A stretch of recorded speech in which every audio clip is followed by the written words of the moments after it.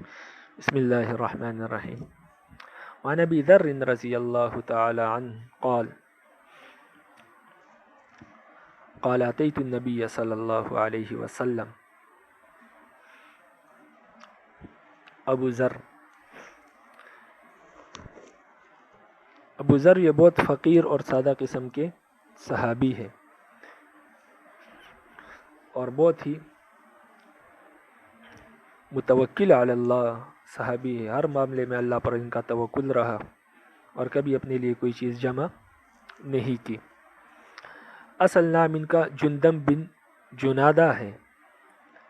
جندب جیم نون دال با بن جنادہ جیم نون الف دال اور ہے. اور ابو ذر آپ کی کنیت ہے جس سے آپ مشہور ہے. آپ مکہ میں بالکل ابتدا اسلام میں ایمان لائے. آپ کا انتقال سن 32 ہجری میں ہوا. عن ابی ذر رضی اللہ تعالی عنہ ابو ذر رضی اللہ عنہ سے روایت ہے قال فرماتے ہیں اتیت النبی صلی اللہ علیہ وسلم میں آپ صلی اللہ علیہ وسلم کے پاس آیا وعلیہ ثوب ابیض اور آپ پر سفید کپڑا تھا یعنی آپ نے سفید کپڑے پہنے ہوئے تھے. وہو نائم اور سو رہے تھے. ثم اتیتہ پھر میں بعد میں آپ صلی اللہ علیہ وسلم کے پاس دوبارہ آیا. وقد استيقظ اور آپ صلی اللہ علیہ وسلم نیند سے بیدار ہو گئے تھے. فقال فرمانے لگے ما من عبد قال لا الہ الا اللہ ثم مات على ذلك الا دخل الجنہ. جو بھی شخص لا الہ الا اللہ کہتا ہے یعنی اس کو دل سے مانتا ہے. قالا کا معنی ایک من علم بھی آتا ہے یعنی اس کو دل سے تسلیم کرتا ہے. قالا جو شخص بھی لا الہ الا اللہ کہتا ہے ثم مات علی ذلک پھر اسی پر مر جائے یعنی اس کلمے کا انکار نہ کرے اسی یقین کے ساتھ مر جائے. داخل الجنہ تو وہ جنت میں ضرور داخل ہوگا. قلت میں نے فرمایا وَإِن زنا وَإِن سرق اگرچہ زنا کرے اگرچہ چوری کرے. قال آپ صلی اللہ علیہ وسلم نے فرمایا وَإِن زنا وَإِن سرق اگرچہ زنا کرے اور چوری کرے. قلت میں نے پھر فرمایا وَإِن زنا وَإِن سرق آپ نے فرمایا وَإِن زنا وَإِن سرق. قلت میں نے پھر فرمایا وَإِن زنا وَإِن سرق آپ نے فرمایا وَإِن زنا وَإِن سرق. تیسری مرتبہ آپ نے فرمایا اگرچہ زنا کرے اور چوری کرے. علی رغم انف ابی ذر اگرچہ ابو ذر کو کتنا ہی ناگوار گزرے پھر بھی وہ شخص جنت میں داخل ہوگا. رغم انف ابی ذر یعنی ابو ذر کی ناک خاک آلود ہو جائے. اس کا لغوی معنی تو یہ ہے لیکن یہ ذلت اور رسوائی کے لیے استعمال ہوتا ہے یعنی اگرچہ ابو ذر اس بات کو نہ ماننے کی وجہ سے ذلیل اور رسوا ہو جائے تب بھی وہ کیا ہوگا وہ شخص جنت میں داخل ہوگا. تو یہاں پر مقصودی اور مطلوبی معنی یہی بنتا ہے اگرچہ ابو ذر کو ناگوار ہی گزرے کہ ایسا شخص کیسے جنت میں داخل ہو سکتا ہے جو زنا اور چوری کا مرتکب ہو اور صرف ایک مرتبہ اس نے کہا ہو لا الہ الا اللہ یا صدق دل سے اس کلمے کی تصدیق کرتا ہو باقی وہ کوئی عمل نہ کرتا ہو بلکہ اللہ کے نافرمانیوں میں مشغول ہو تب بھی وہ جنت میں داخل ہوگا. آپ نے فرمایا تب بھی جنت میں داخل ہوگا لیکن شرط یہ ہے کہ دل سے لا الہ الا اللہ کی تصدیق کرتا ہو. وکان ابو ذر اور ابو ذر رضی اللہ تعالی عنہ اور ابو ذر رضی اللہ تعالی عنہ جب حدث بہذا جب اس حدیث کو بیان کرتے تھے قالا وَإِن رَغِمَ أَنْفُ أَبِي ذَرٍ تو بڑے فخر سے یہ الفاظ کہتے تھے وَإِن رَغِمَ أَنْفُ أَبِي ذَرٍ اگرچہ ابو ذر کو ناگوار گزرے. کیونکہ آپ صلی اللہ علیہ وسلم نے یہ الفاظ کہے تھے تو صحابہ کو بڑی خوشی ہوتی تھی جب آپ صلی اللہ علیہ وسلم ان کے بارے میں کوئی بھی لفظ کہتے تھے. جب آپ صلی اللہ علیہ وسلم ان کا تذکرہ اپنی زبان مبارک سے کرتے تھے اگرچہ وہ بظاہر ان کے خلاف ہوتا تھا لیکن اس کے باوجود بھی صحابہ کو اپنا نام آپ صلی اللہ علیہ وسلم کی زبان اطہر سے سننا بہت پسند تھا. اور جو بھی آپ صلی اللہ علیہ وسلم نے صحابہ کو لقب دیا صحابہ نے اپنی زندگی میں اس کو اپنے نام کا حصہ بنا لیا. جیسے ابو ہریرہ رضی اللہ عنہ کے ایک مرتبہ ابو ہریرہ کہا تو پھر ان کے بعد انہوں نے کہا کہ آج کے بعد مجھے کوئی اپنا نام لے کر نہ پکارے بلکہ آج کے بعد مجھے ابو ہریرہ ہی کہا جائے گا. اور اللہ کی شان کہ آج تک ان کو ابو ہریرہ ہی کہا جاتا ہے اور اتنے مشہور ہوئے کہ ان کے اصلی نام میں ابھی اختلاف ہے کہ اصل نام ان کا کیا ہے؟ تو بعض صحابہ نے فرمایا، بعض محدثین نے فرمایا کہ ان کا اصل نام عبد الرحمن ہے، اور بعض نے کہا کہ عبداللہ ہے، اور زمانہ جاہلیت کا جو نام تھا وہ عبد الشمس ہے۔ لیکن بہرحال صحیح علم نہیں ہے کہ عبد الرحمن تھا یا عبداللہ تھا، اس وجہ سے کہ اپنے نام سے مشہور ہی نہیں تھے، بلکہ ابو ہریرہ کے نام سے ہی مشہور اور یاد کیے جاتے ہیں امت میں۔ ان تمام حدیثوں پر ایک سوال ذہن میں آتا ہے کہ گناہوں کے باوجود بھی وہ شخص جنت میں داخل ہوگا، اور جیسے اوپر کی حدیث میں معاذ رضی اللہ عنہ کی حدیث میں آپ نے فرمایا کہ اللہ بندے کا حق اللہ پر یہ ہے کہ وہ اس کو عذاب نہ دے جب وہ اس کے ساتھ کسی کو شریک نہ کرے۔ تو ان تمام حدیثوں کا مطلب یہ ہے کہ وہ شخص جس نے بھی لا الہ الا اللہ کی گواہی دی ہو، اللہ کے ساتھ کسی کو شریک نہ کیا ہو، وہ جنت میں ضرور داخل ہوگا، لیکن اپنی سزا بھگتنے کے بعد۔ ان حدیثوں میں یہ نہیں ہے کہ اس کو سزا ہی بالکل نہیں دی جائے گی، بلکہ اہل سنت والجماعت کا یہ عقیدہ ہے کہ یہاں سے دخول جنت مراد ہے، لیکن دخول جنت اولی مراد نہیں ہے کہ پہلی مرتبہ ہی بغیر حساب کتاب کے وہ جنت میں داخل ہو جائے گا، بلکہ اس سے مراد یہ ہے کہ وہ شخص جنت میں داخل ضرور ہوگا، یہ ہے۔ باقی اعمال اپنے اعمال کی سزا بھگتنے کے بعد داخل ہوگا یا بغیر اس کے اعمال کی سزا بھگتنے کے بغیر داخل ہوگا، تو اہل سنت والجماعت کا عقیدہ تو یہ ہے کہ وہ اپنے اعمال کی سزا بھگتنے کے بعد جنت میں داخل ہوگا، اور یہ بھی امید ہے کہ رب العالمین اس کو معاف فرما دے اور بغیر حساب کتاب کے جنت میں داخل کر دے، کیونکہ رب العالمین اس پر قادر ہے اور اس سے کوئی پوچھ نہیں سکتا، وہ اپنی مرضی کے مالک ہے۔ ولا یخاف عقباہا، رب العالمین جو کرتے ہیں اس کو خوف نہیں ہے۔ واللہ علی کل شیء قدیر، اور اللہ ہر چیز پر قادر ہے، وہ جو چاہے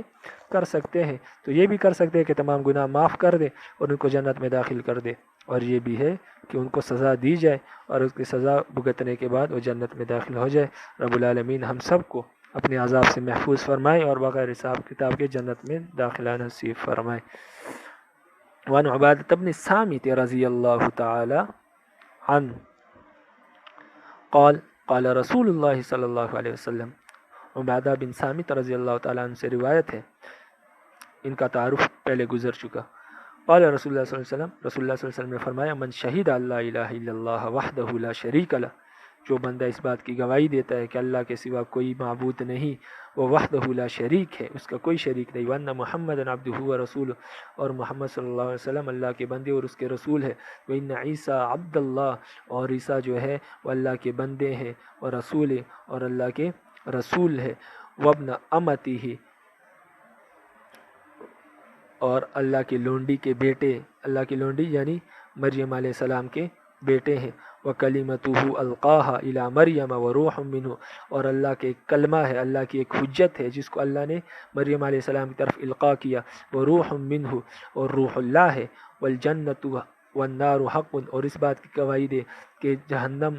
جنت اور جہنم حق ہے، ادخلہ اللہ الجنہ علی ما کان من العمل، رب العالمین اس کو جنت میں داخل کرے گا، علی ما کان من عملی، وہ جو بھی عمل کرتا ہو، حسنا او سیئا قلیلا او کثیرا، چاہے نیک عمل کرتا ہو یا برا عمل کرتا ہو یا کم عمل کرتا ہو یا زیادہ عمل کرتا ہو، وہ شخص جنت میں ضرور داخل ہوگا جو ان باتوں کی گواہی دے۔ لیکن اس سے دخول اولی مراد نہیں، دخول اخروی مراد ہے، یعنی بالآخر وہ جنت میں داخل ہوگا، چاہے اعمال کی سزا بھگتنے کے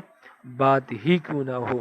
باقی رب العالمین اگر چاہے تو پہلے بھی داخل فرما سکتے ہیں، رب العالمین کی قدرت ہے۔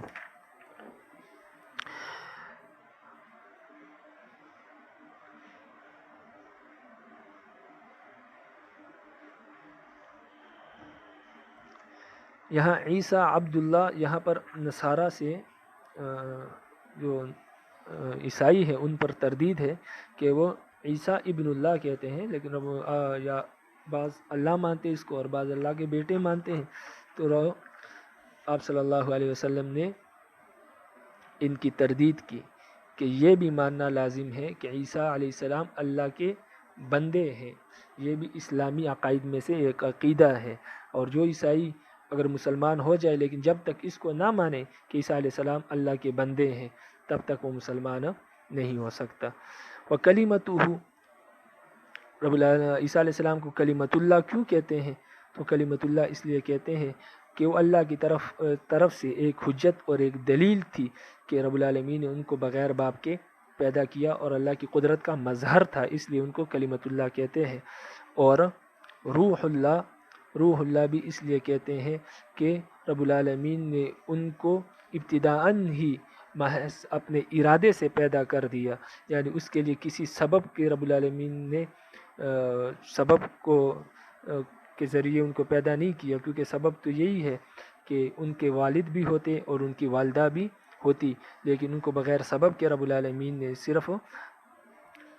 ماں کے پیٹ سے ان کو پیدا کیا، تو اس وجہ سے ان کو روح اللہ کہتے ہیں، یعنی یہ اللہ کے حکم سے پیدا ہوئی ہے۔ روح اللہ سے یہاں مراد ایک حکم ہے اللہ کی طرف سے، روح سے مراد حکم، یہاں پر وہ روح مراد نہیں ہے جو اردو میں جس کو ہم روح کہتے ہیں یا عام طور پر جو روح کا معنی لیا جاتا ہے، یہاں پر حکم منہ، یعنی روح اللہ عیسیٰ علیہ السلام اللہ کی طرف سے ایک حکم ہے، یعنی یہ اللہ کے حکم سے پیدا ہوئے ہیں اور اس طریقے سے پیدا نہیں ہوئے جس طریقے سے عام باقی دنیا کے لوگ پیدا ہوئے ہیں اور وجود پذیر ہوئے، اس لیے ان کو کلمۃ اللہ کہتے ہیں کہ بغیر باپ کے پیدا ہوئے، اور روح اللہ اس لیے کہتے ہیں کہ اللہ کے حکم سے پیدا ہوئے ہیں ڈائریکٹ۔ وعن عمرو بن العاص رضی اللہ تعالی عنہ قال، عمر بن العاص رضی اللہ تعالی عنہ آپ مشہور اور معروف قریشی صحابی ہیں، آپ کی کنیت ابو عبداللہ اور یا ابو محمد، یہ دو کنیتیں آپ کی بیان کی جاتی ہے۔ آپ کا سن وفات جو ہے وہ 43 ہجری ہے۔ وعن عمرو بن العاص رضی اللہ عنہ قال، اتیت النبی صلی اللہ علیہ وسلم، عمر بن العاص رضی اللہ عنہ سے روایت فرماتے ہیں کہ میں نبی کریم صلی اللہ علیہ وسلم کے پاس آیا، فقلت، میں نے کہا، ابسط یمینک فلأبايعك، فبسط یمینہ فقبضت یدی، میں صلی اللہ علیہ وسلم کے پاس آیا اور میں نے فرمایا کہ آپ اپنا ہاتھ آگے، دایاں ہاتھ آگے کیجئے تاکہ میں آپ کے ہاتھ پر بیعت کروں۔ فبسط یمینہ، صلی اللہ علیہ وسلم نے اپنا دایاں ہاتھ پھیلا دیا، فقبضت یدی، تو میں نے اپنا ہاتھ کھینچ دیا۔ فقال ما لک یا عمر، آپ صلی اللہ علیہ وسلم نے فرمایا، اے عمر آپ کو کیا ہو گیا؟ قلت، میں نے کہا، اردت ان اشترط، تو میں نے کہا اردت ان اشترط، کہ میں شرط لگانا چاہتا ہوں۔ قال، آپ صلی اللہ علیہ وسلم نے فرمایا، تشترط ماذا، کیا شرط لگانا چاہتے ہو؟ قلت، میں نے کہا، ان یغفر لی، میری شرط یہ ہے کہ میرے تمام گناہ معاف کر دیے جائیں، مٹا دیے جائیں۔ قال، آپ صلی اللہ علیہ وسلم نے فرمایا، اما علمت یا عمر، اے عمر کیا تجھے معلوم ہے، ان الاسلام یہدم ما کان قبلہ،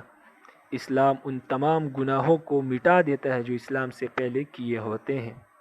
وَإِنَّ الْهِجْرَةَ تَهْدِمُ مَا كَانَ قَبْلَهَا، اور ہجرت ان تمام گناہوں کا کفارہ ہو جاتا ہے جو ہجرت سے پہلے کیے ہوتے ہیں۔ وَإِنَّ الْحَجَّ يَهْدِمُ مَا كَانَ قَبْلَهُ، اور جو حج ہے وہ ما قبل والے تمام گناہوں کو مٹا دیتا ہے، منہدم کر دیتا ہے۔ رواہ مسلم، امام مسلم رحمہ اللہ نے اس کو روایت کیا ہے۔ آگے کی جو عبارت ہے صاحب مشکات کی، وہ اصل میں مصابیح السنہ میں اس فصل میں یعنی کتاب الایمان فصل اول میں 2 حدیثیں اور بھی تھی جو مصابیح السنہ میں موجود ہے، لیکن صاحب مشکات نے اس کو فصل اول میں ذکر نہیں کیا، بلکہ وہ باب الکبریاء اور باب الریا میں ان 2 حدیثوں کو ذکر کریں گے، تو اس کی طرف اشارہ کر رہے ہیں کہ 2 حدیثیں یہاں پر موجود تھی جو مصابیح السنہ میں آپ کو ملیں گی، لیکن مشکات شریف میں آپ کو یہاں پر نہیں ملیں گی، تو وہ حدیثیں میں نے باب الکبریاء اور باب الریا میں ذکر کی ہے، اور انہوں نے دیپاچا میں آپ نے پڑھا ہوگا کہ صاحب مشکات نے فرمایا تھا کہ بعض اوقات میں کسی حدیث کو اس کے مقام سے ساقط کر دیتا ہوں، وہاں ذکر نہیں کرتا ہوں تکرار کی وجہ سے، اس لیے کہ وہ حدیث دوسرے مقام پر موجود ہوتی ہے، تو اس وجہ سے میں کسی ایک مقام سے اس کو حذف کر دیتا ہوں، ساقط کر دیتا ہوں۔ تو یہ اسی طرف اشارہ ہے کہ یہاں پر بھی صاحب مشکات نے اسی خصوصیت کو کام میں لائے ہیں کہ یہاں پر اس حدیث کو، ان دو حدیثوں کو انہوں نے حذف کر دیا اور ساقط کر دیا، اس لیے کہ وہ باب الکبریا اور باب الریا میں، باب الکبر اور باب الریا میں موجود ہے۔ تو فرماتے ہیں رواہ مسلم، اس حدیث کو امام مسلم نے روایت کیا، والحدیثان مرویان عن ابی ہریرہ، اور دو حدیثیں ایسی ہیں جو ابو ہریرہ رضی اللہ تعالیٰ عنہ سے مروی ہے۔ قال اللہ تعالیٰ، قال وہ فرماتے ہیں، ابو ہریرہ تعالیٰ فرماتے ہیں کہ قال اللہ تعالیٰ، ان دو حدیثوں کی طرف اشارہ کر رہے ہیں۔ قال اللہ تعالیٰ، ایک حدیث ہے کہ رب العالمین نے فرمایا انا اغنی شرکا یعنی شرک، ایک حدیث یہ ہے اغنی کا، رب العالمین نے فرمایا کہ اغنی شرکا عن شرک، کہ میں شرکا کے شرک سے غنی ہوں۔ والآخر والکبریاء ردائی، اور دوسری حدیث یہ ہے کہ الکبریاء ردائی یعنی کبریائی اور بڑائی میری چادر ہے۔ سنذکرہما فی باب الریاء والکبر انشاء اللہ تعالی، اور ہم ان دونوں حدیثوں کو باب الریا میں اور باب الکبر میں انشاء اللہ تعالی ذکر کریں گے۔ تو ان کا وہاں پر ذکر کیا، اس وجہ سے یہاں سے میں نے ان حدیثوں کو حذف کر دیا۔ وما علینا الا البلاغ المبین۔ آگے پھر فصل ثانی ہے انشاءاللہ، اس کو دوسرے درس میں شروع کریں گے۔ رب العالمین عمل کی توفیق نصیب فرمائے۔